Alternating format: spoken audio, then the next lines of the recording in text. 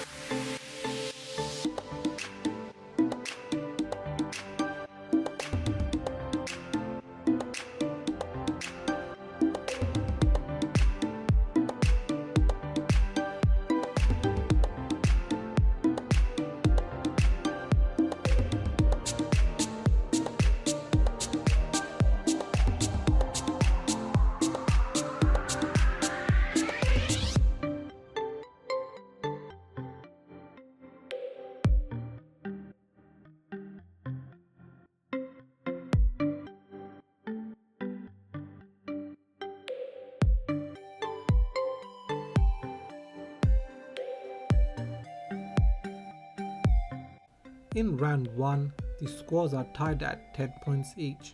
Moving on to round 2, the RAM management. Here you can see all of the apps and games are running in the background.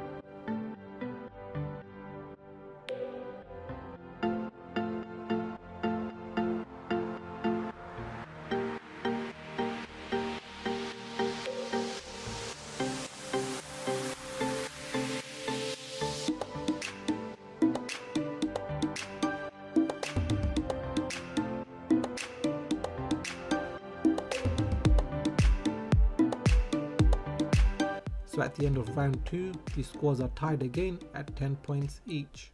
So that is the end of this speed test comparison, and here is a recap of the scores. In round 1, the scores were tied at 10 points each. In round 2, the scores were tied again at 10 points each. There is a possibility the Mi 8 Pro would have performed differently on the Android 9 Pie update, but that was not available. As for the price difference, the regular Mi 8 can be had a lot cheaper than the Mi 8 Pro.